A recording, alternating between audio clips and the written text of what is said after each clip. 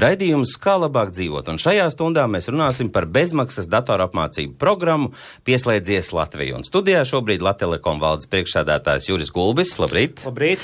Rīgas Teikas vidusskolas skolotāja Ingrīda Priedīte. Labrīt. Un seniore Vanda Pabērs. Labrīt! Labrīt. Bet, Gulbi kungs, sāksim ar jums. Kā tad tapa šis projekts? Kā jūs apzinājāt Latviju vai sapratāt, ka nu pat ir pienācis īstais brīdis Latvijas senioriem arī pie tā datora sēsties? Bet to zināšana, diemžēl, laikam nepietiek. Jā, tad programma Pieslēdzies Latviju Latelekom sāka pirms 4 gadiem. Un šī programma bija ar mērķi mazināt sociālo atstumtību, kas veidojās cilvēkiem, kas nav apguvuši prasmes rīkoties ar datoriem un ar internetu. Tad, ja mēs paskatāmies uz šodienas dzīvi, tad ne tik lielā mērā sociālā atstumtība ir, teiksim, finansiāla problēma dēļ vai darba problēma dēļ, bet tieši tāpēc, ka ir izmainījies veids, kā cilvēki savā starpā sazinās, ir izmainījies veids, kā cilvēki iegūst informāciju, ir izmainījies veids, kā cilvēki, piemēram, kaut vai veids kaut kādus maksājumus par lietām, ir izmainījies veids, kā cilvēki meklē darbu vai meklē sev draugus, vaļaspriekus un citas lietas. Un līdz ar to, ja jūs neesat šajā digitālajā vidē, ja jūs neprotat rīkoties ar datoru un nezināt, kas ir internets, tad jūs pēc būtības paliekat vēl vairāk sociāli nostumts nekā jebkurā citā situācijā. Un mēs, teiksim, 2 gadus mēs eksperimentējām ar šo projektu, un pagājušajā gadā mēs sapratām, ka pateicīgākā auditorija šim projektam ir tieši seniori, jo senioriem ir, teiksim, daudz lielāka bijība pret jaunajām tehnoloģijām nekā jauniem cilvēkiem. Viņiem ir grūtāk pārkāpt šiem te barjerām, un tāpēc mēs arī izlēmām, ka sākot no pagājušā gada, tad mēs veltīsim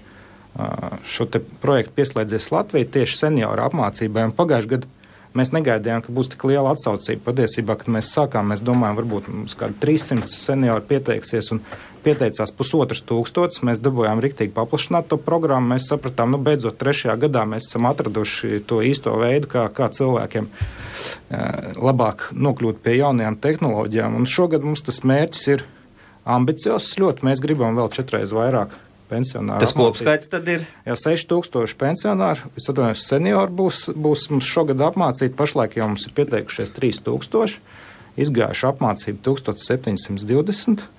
Un var pieteikties vēl līdz oktobrim, interesējoties gan savās senioru biedrībās, gan arī pie skolotājiem, kas šo te apmācību veids. Bet visvienkāršāk ir piezvanīt uz tālruni 800 822.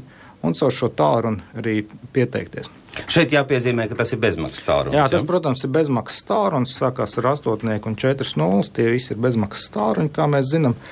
Un tas, kā tas notiek, ir, ka mēs šogad esam arī, kas ir jauninājums, ka mēs esam saņēmuši arī izglītības ministrijas atbalstu un daudzu pašvaldību atbalstu, jo arī gan valsts, gan pašvaldības ir sapratuši, ka šī ir svarīga lieta. Tātad šogad šīs te apmācības notiek skolās, un apmācības veids tieši skolu informātikas skolotāji, tāpēc mums arī ir izdevies noklāt praktiski visu Latviju no Lūdzas līdz Liepājai un iesaistīt arī tik lielu cilvēku skaitu priekš Latvijas.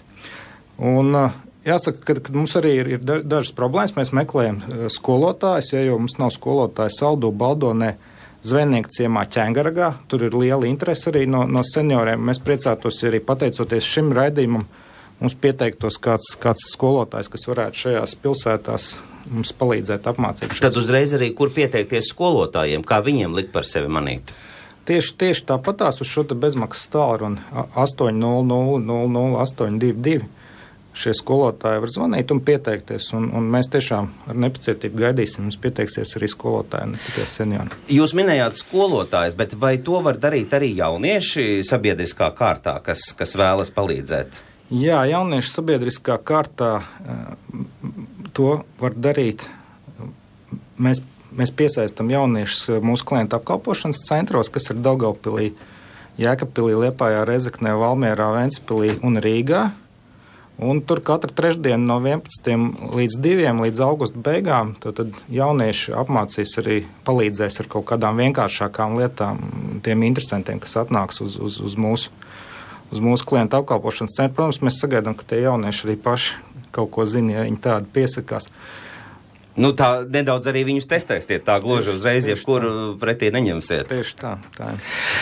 Jūs esat viena no tām skolotājām, kas šajā programmā iesaistījās un senioriem palīdzēja apgūt datoru. Kāda bija tā aina, kuru jūs redzējāt, tā pirmā aina?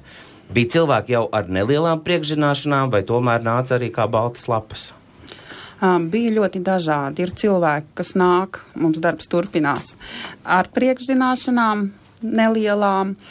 Ir cilvēki, kas nāk tiešām pilnīgi no nulles, un programmas sākās ar to, lai apgūtu, kā vispirms tekstu ievadīt, tā kā pilnīgi pašu sākumiņu, un nav jābaidās no tā, ka neko nezinu.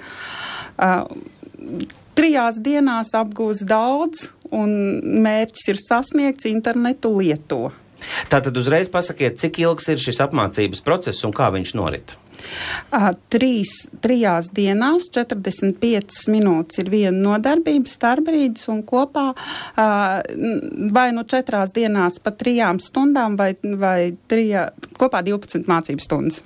Šie seniori, kuri mācījās pie jums, vai bija arī tādi, kuriem uzreiz bija konkrēti jautājumi? Man ir nepieciešams Skype, vēlos sazināties ar saviem radiem ārzemēs, vai atrast kādu konkrētu mājaslapu, vai tomēr apgūt pilnībā šo datoru? Cik tas ir iespējams šajās 3 dienās? Jā, ir dažādi. Beidzās ar to, ka visiem liekas, ka vajag vēl kaut ko, un ir jautājums, vai būs turpinājums sarežģītākiem kursiem. Bet jā, ir vēlme Skype'ā sazināties, ir vēlme veikt maksājumus internetā, kad ir konkrēti, bet ir arī tādi, kas grib vispārējas zināšanas, saprast, ko īsti no interneta var iegūt. Pēc jūsu pieredzes, vai seniori, kuri iesaistās šajos kursos, vai viņiem mājās ir šis internets un dators, vai viņi, teiksim, to dara arī kādā bibliotēkā, vai pie kaimiņiem, vai kādā veidā kooperējās?